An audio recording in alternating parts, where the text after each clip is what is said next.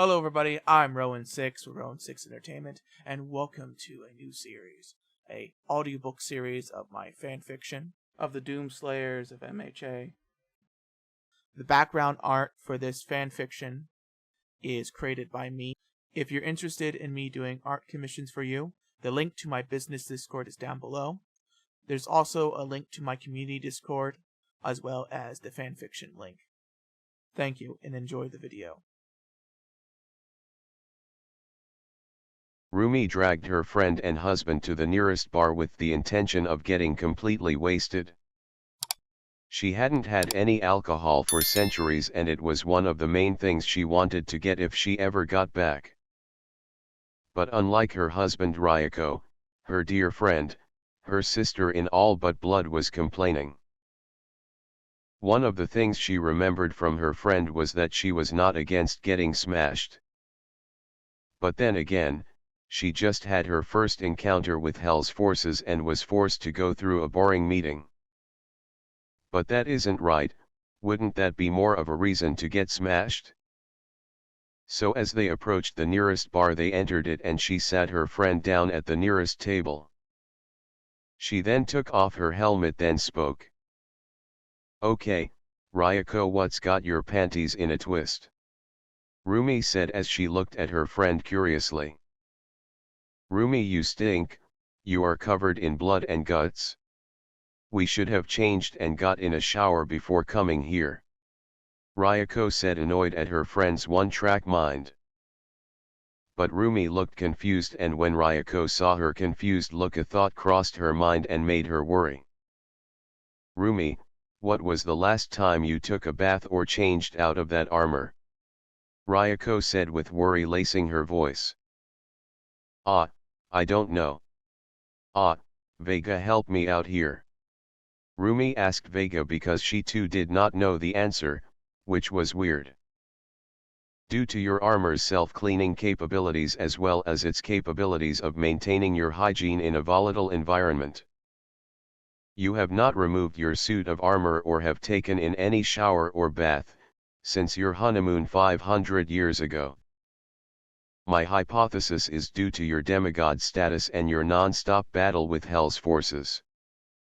The armor became like a second skin for you, and due to it maintaining your hygiene as well as its self-cleaning features.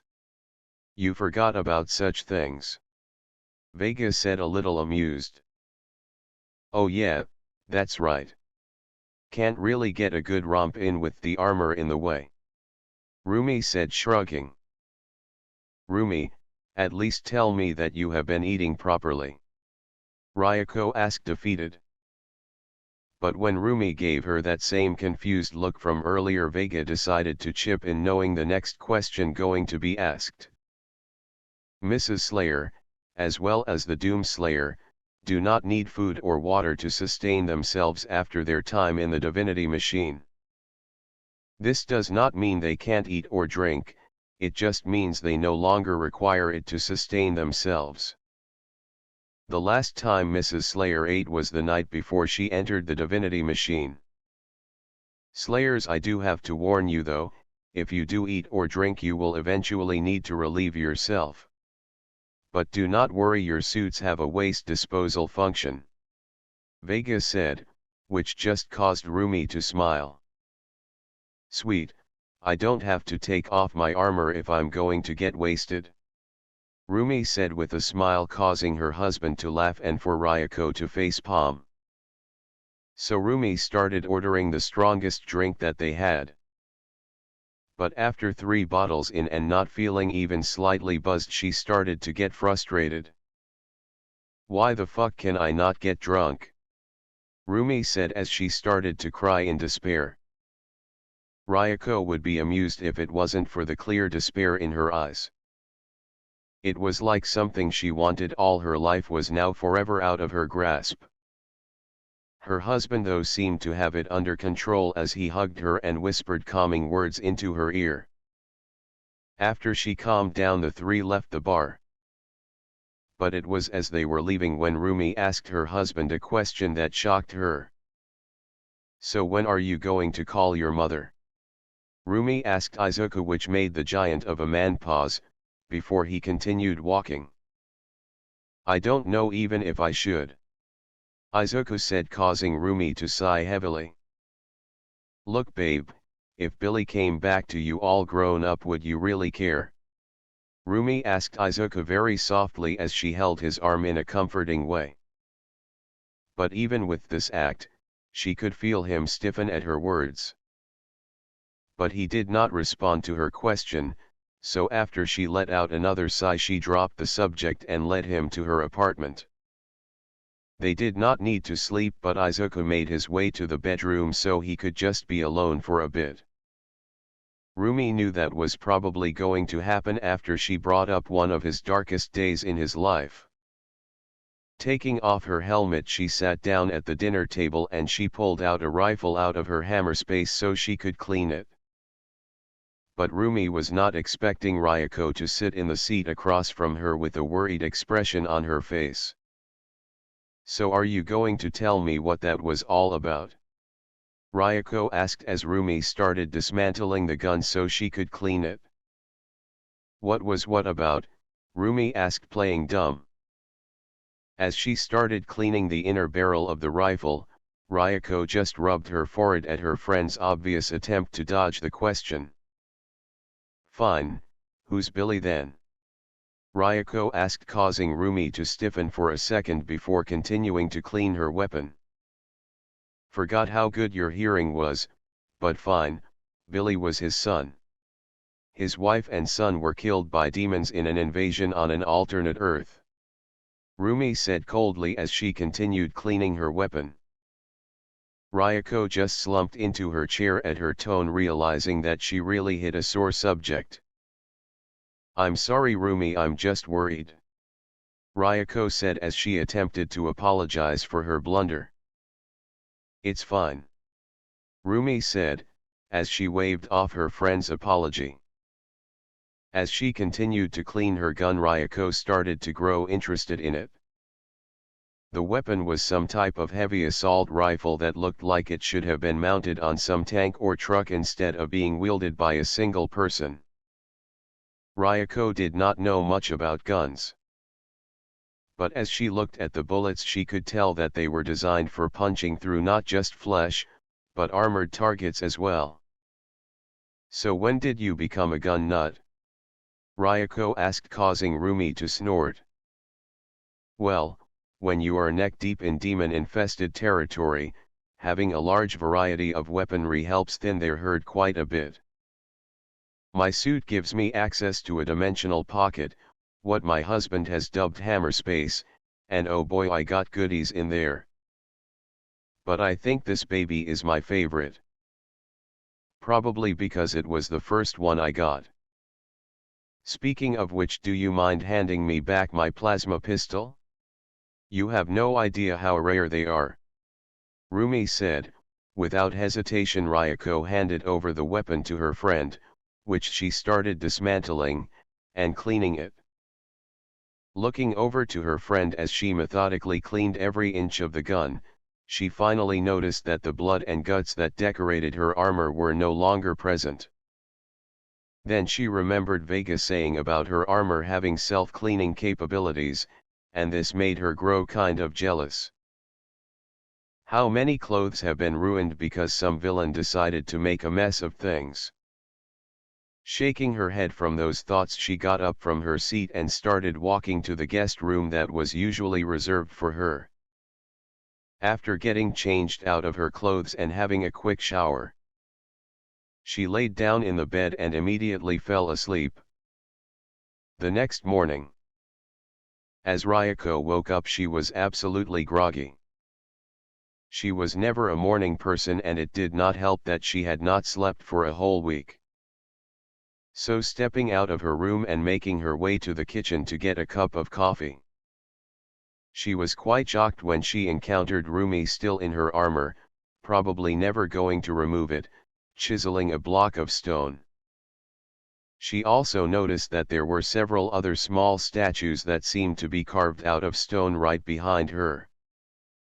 All the statues were extremely detailed, and as her brain finished booting up, she started to realize that all the statues depicted all the things that happened yesterday.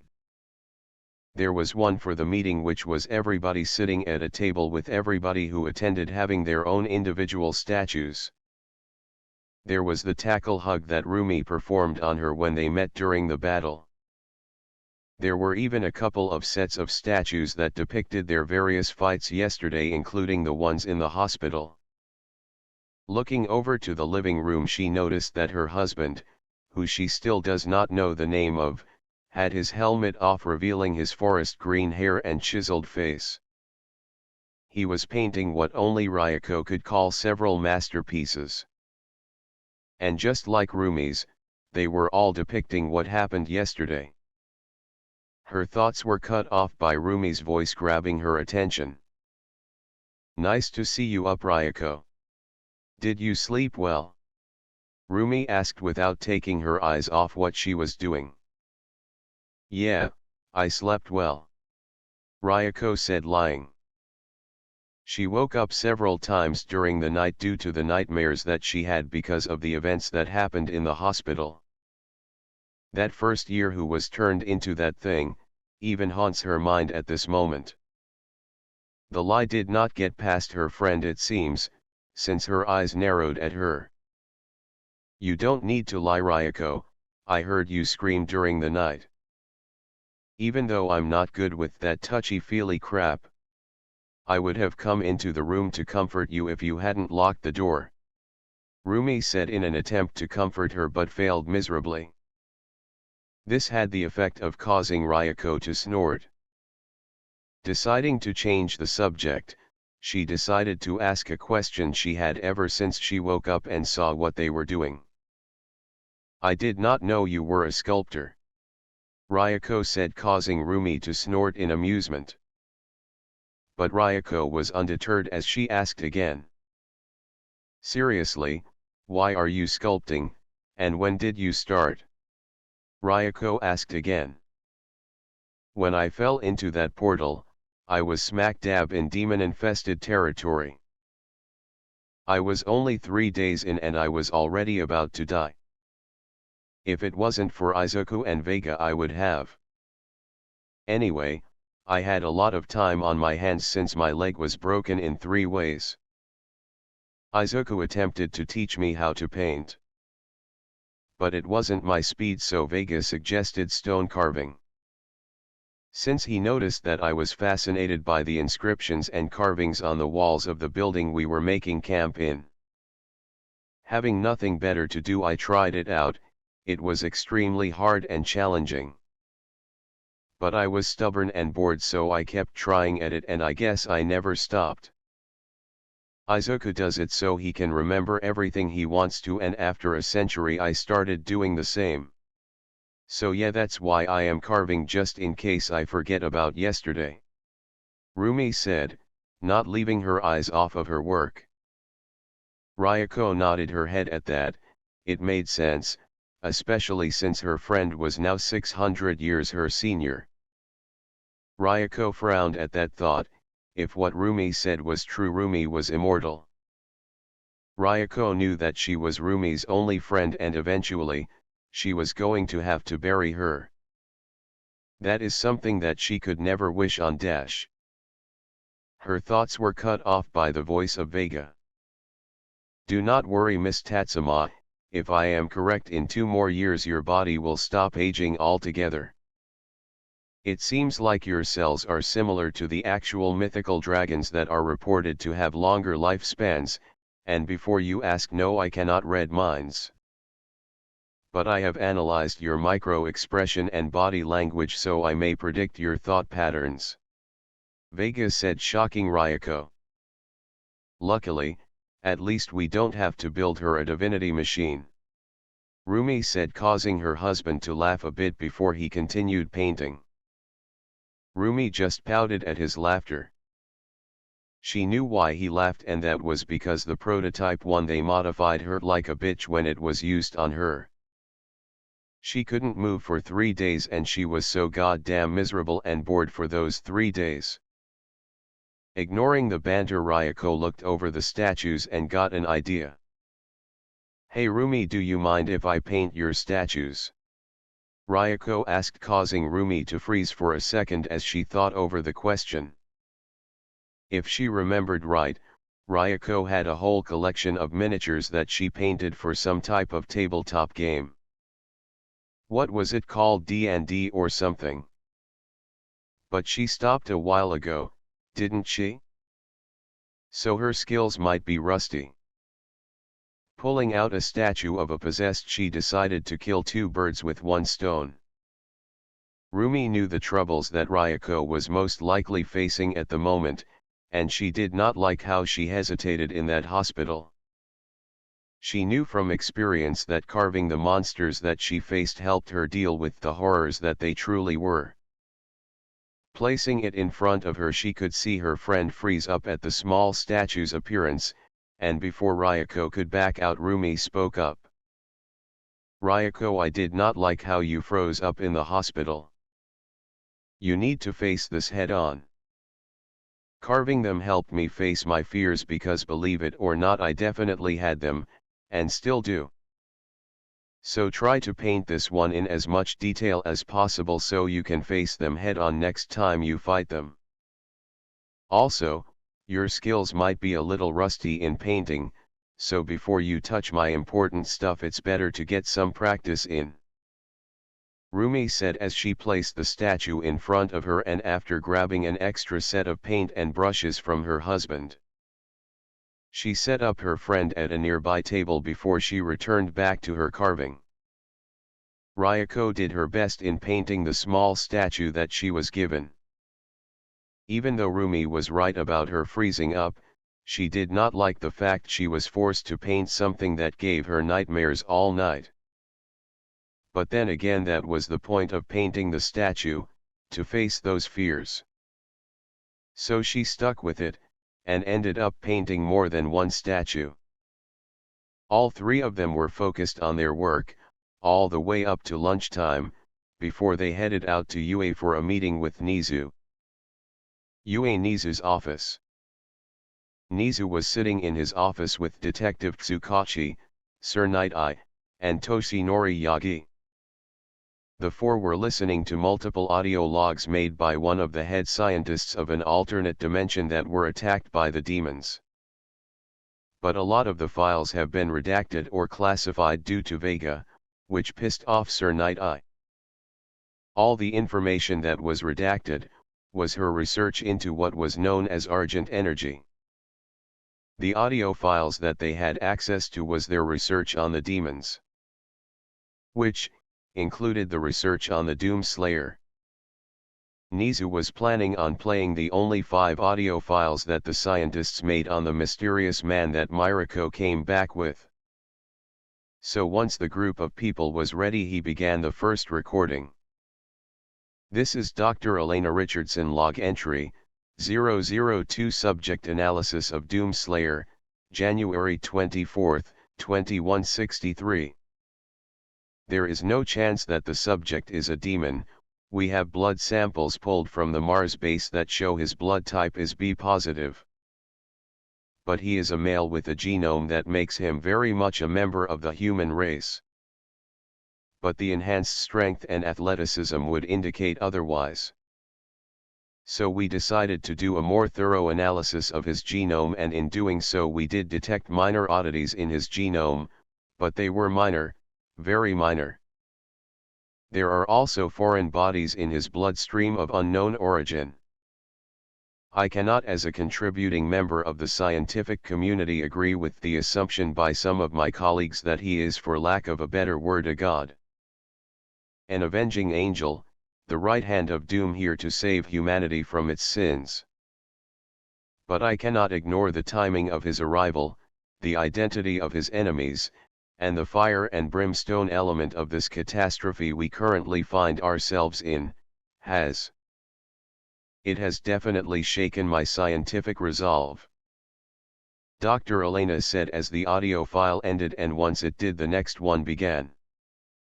"This is Dr. Elena Richardson, log entry 003, subject analysis of Doom Slayer, January 29, 2163. In the ancient scrolls and tablets that we were able to get our hands on, they spoke of this man, the demons they call him the Destroyer, the Slayer. But there's always been a constant name that is passed around, and that name is the Doom Slayer. The demons even inscribe a phrase onto his prison where they kept him in stasis. I quote, "The evil that hell can conjure, all the wickedness that mankind can produce, we will send unto them, only you, so rip and tear until it is done." After looking into this quote, the only thing I discovered was that the phrases rip and tear, it was a chant that a group called the Night Sentinels did to cheer on the Doom Slayer during his time in the arena. I do not know what arena he was fighting in, or the reason why he was fighting in an arena. But just like his name, this phrase, this chant for victory is just as integrated into the Doom Slayer's lore. Dr. Elena said as the audio file ended, and once it did, the next one began. This is Dr. Elena Richardson log entry, 005 Subject Analysis of Doom Slayer, February 2, 2163. Maybe he is a god, maybe he represents humankind's rage, their will to persevere, to overcome that which would threaten our survival. He is uncompromising, a relentless being of violence that knows no mention of the hesitation shown by our many leaders and politicians during our time of judgment. But can he overcome them alone? If he can't, we as a species, no, all species will not survive. Dr. Elena said as the audio file ended, but before the other one could begin, the group looked at each other a little uncomfortably. There was just something in her voice that made them uncomfortable. Pushing that feeling aside, Nizu began the next audio recording. This is Dr. Elena Richardson log entry, 006 Subject Analysis of Doom Slayer, February 9, 2163. The only thing they fear, is him. We watched as the Horde overwhelmed the very best and most advanced machinery and weapons technology that we could muster against the opposition. But it was useless, they moved too quickly, and they cared not for themselves, but only for spilling the blood of humanity. They were willing to sacrifice their own to get to the heart of our world. We slaughtered thousands and millions, but more still came. But then he came. He cut through them like a sickle through a field, his fury surpassing their own. He is faster and more relentless. I believe him now to be more than just a man. He is Doom. Dr. Elena said as the audio file ended. Like before, the group looked at each other, and it seemed all of them had noticed the change of tone in her voice. It was less scientific than the other ones. There was just something in her tone for that last word. It was almost like she said it in a mixture of realization and desperation. It was unnerving, extremely unnerving. But like last time, Nizu pushed those feelings aside and started the next and final recording. This is Dr. Elena Richardson log entry, 007 Subject Analysis of Doom Slayer, March 3, 2163. And with him lies our salvation, for as he gains in strength, so do they fall in numbers. The priests command the armies to the north and south, but he controls the fight. The inner circle of death is where he resides, hunting them at the far reaches of the earth and beyond. I am a believer now, I feel it is in Doom that I have faith. The Slayer is the spear that stabs at the heart of our attackers, and those that would seek to harm us should feel warned. For there is only one dominant life form in this universe, and it carries a steel-barreled sword of vengeance. All hail the coming of the Destroyer, the Slayer's time is now. Dr. Elena said as the final audio file ended. All Might finally recognized the tone that she was starting to produce, and he knew instantly why it made him uncomfortable. It was the same tone of voice that some of his fans would use when mentioning him. Throughout his career, he had to deal with people practically worshipping him as a god, and it seems that the Doomslayer had attracted the same attention from this scientist. Although it was quite understandable if he thought about it, the world was coming to an end. All their strongest weapons and technology could not fight this demonic foe, and one man came along and started decimating their forces single-handedly. Looking over to Nizu, it seemed that they were thinking the same thing, and before they could voice their thoughts, Sir Nighteye got up from his chair, angrily, before speaking. "Is this seriously all we have on this man? Mad ramblings from a scientist? This has to be some type of joke," Sir Nighteye said angrily. "I assure you, Sir Nighteye, this is not a joke. And this information actually tells us quite a lot," Nizu said sternly, which only caused Sir Nighteye to get more frustrated. "I highly doubt this information tells us anything about this Doomslayer," Sir Nighteye said with a frustrated sneer. "On the contrary, it does. First, it tells us that the technology of the world that this audio file came from was ineffective against this threat. I also might add that this technology that they had was twice as advanced as ours. Second, it tells us that the Doomslayer not only single-handedly pushed back the demonic threat but also ended the demonic incursion of that universe's Earth. Third, it tells us that this man isn't a demon and must be as strong as All Might, perhaps stronger. Fourth, it tells us that he could be quite brutal in his tactics on dealing with this threat, to the point where the demons actually started to fear him on an instinctual level," Nizu says as he sips his tea. Sir Nighteye wasn't convinced. "You would believe the words of a lunatic. The fact she worships this man removes all credibility that she has. And what about audio files of 1 and 4, why didn't you play those?" Sir Nighteye said. "What do you expect from a person who is seeing the world start to end by a literal demonic threat? Then see a man as strong as All Might come in and end it? As you probably already know, All Might have his own share of worshippers due to his unbelievable strength. And as for the other audio files, they have been marked as classified due to Vega. When I asked him why, it was because those files were on the topic of Argent energy," Nizu said as calmly as possible, in the hopes of not railing him up even further. But this didn't seem to help, since Sir Nighteye was not pleased in the slightest. "What is even this Argent energy in the first place? The fact that they're hiding such a crucial detail from us means they are obviously a threat," Sir Nighteye said, still angry. "It is also possible they're hiding it for our own safety. Sometimes information is too dangerous to get out. Especially if my hypothesis is correct," Nizu said. But before Sir Nighteye spoke up, Detective Tsukachi asked his own question. "What is your hypothesis then? But don't tell us if it's too dangerous for us to know."